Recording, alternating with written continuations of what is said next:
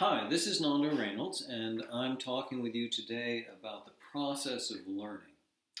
It's really helpful if we anticipate that learning is going to follow a regular process, so that when it does follow this regular process, we're not surprised. Okay? So we start with being unconsciously incompetent. So I imagine this like I'm 5 years old, I'm 3 years old, I'm in the back of a car, I don't know how to drive, I don't even realize that I don't know how to drive. I'm unconsciously incompetent. Okay, but then, oh, now I'm 12 years old and I'm in the back of the car and I'm consciously incompetent. So I know that I don't know. And then I'm learning how to drive and I'm consciously competent, which means that I can only do it when I think about it.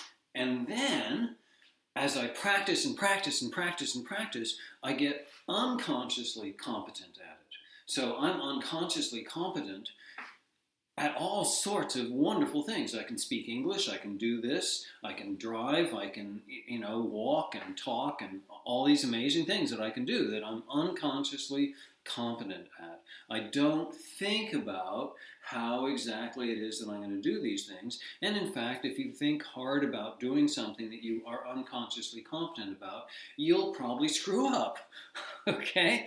So we want to make sure that we understand these stages. So unconscious incompetence, conscious incompetence, and conscious competence, and that leads to such well-ingrained habits that they become unconsciously competent. It becomes autopilot for us.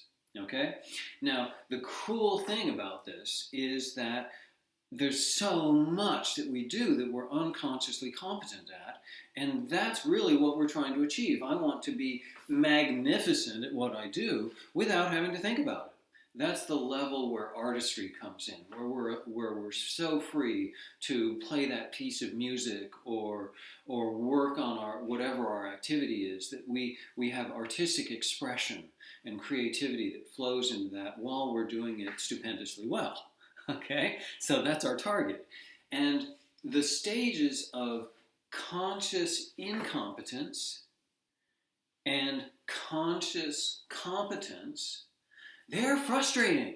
They're really frustrating. And if you think about learning any new skill in your life, what happens is you go, wow, I didn't even realize I didn't have this skill. Unconscious incompetence. And then we go, drat, I don't have this skill. I want this skill.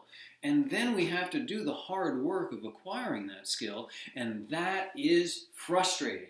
It's predictably frustrating because what we want is we want to have the experience of unconscious competence, where it just magically flows out of me.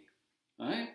So, in order to get there, practice, practice, practice, practice, practice. Right? We have to anticipate that the process of learning is going to require a fair amount of deliberate rehearsal. Okay? So, think about that in your life.